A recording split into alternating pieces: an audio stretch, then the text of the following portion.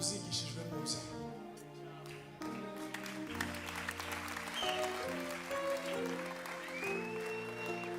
Umuaposo, umupasiteri, umuramyi mugenzi wacu, abaririmbyi bagenzi bacu, abo mfitanye nabo ikibazo muzaze azabyishura. Ariko abo ndafitanye nabo ikibazo mushima Imana yaciye muri bakatwigisha ubutumwa bwiza.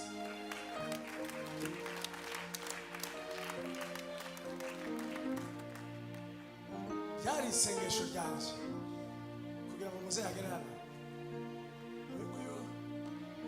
Ni papa wanjye akaba na papa wa papa wanjye.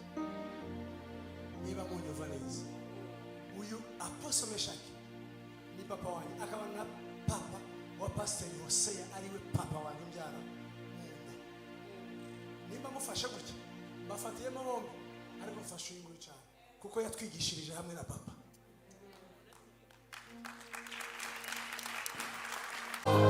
Nari ikivume, jewe wari ikivume. Aiwe, iwe, uje, ubunuzi y'amashimi, ubuna, na, shi, pa, yamuze,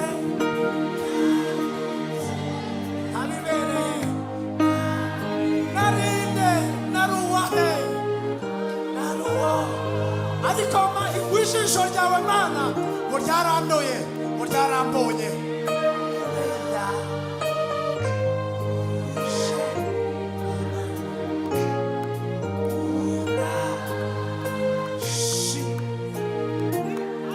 Yesu we,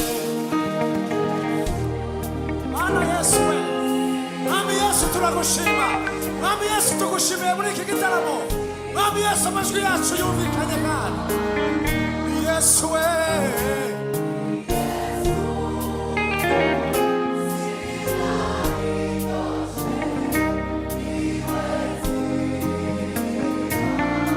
bose yabuze abimenye naruwo gupfa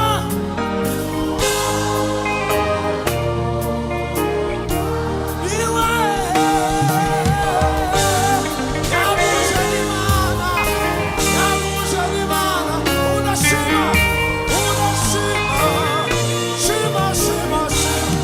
Yesu we, izina riryoshe. Ay, ay, ay, ay, ay, ay.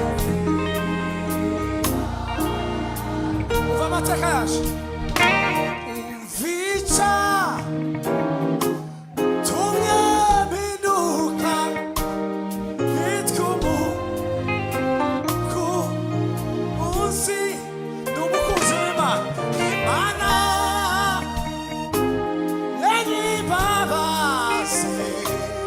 Natawa papa watwese nukoha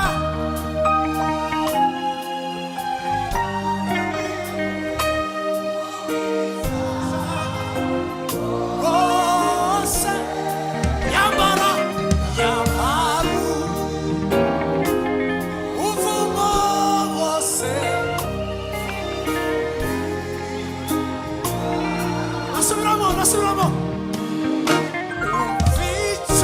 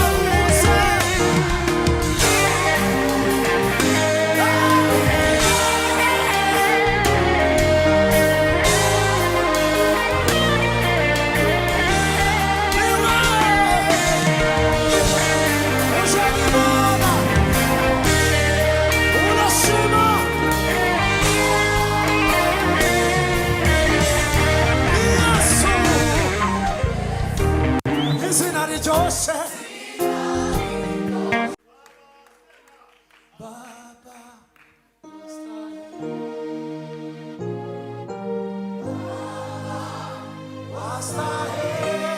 wastahili, Baba wastahili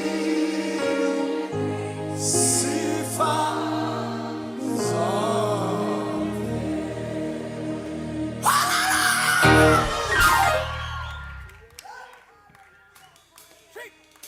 Namshukuru Mungu.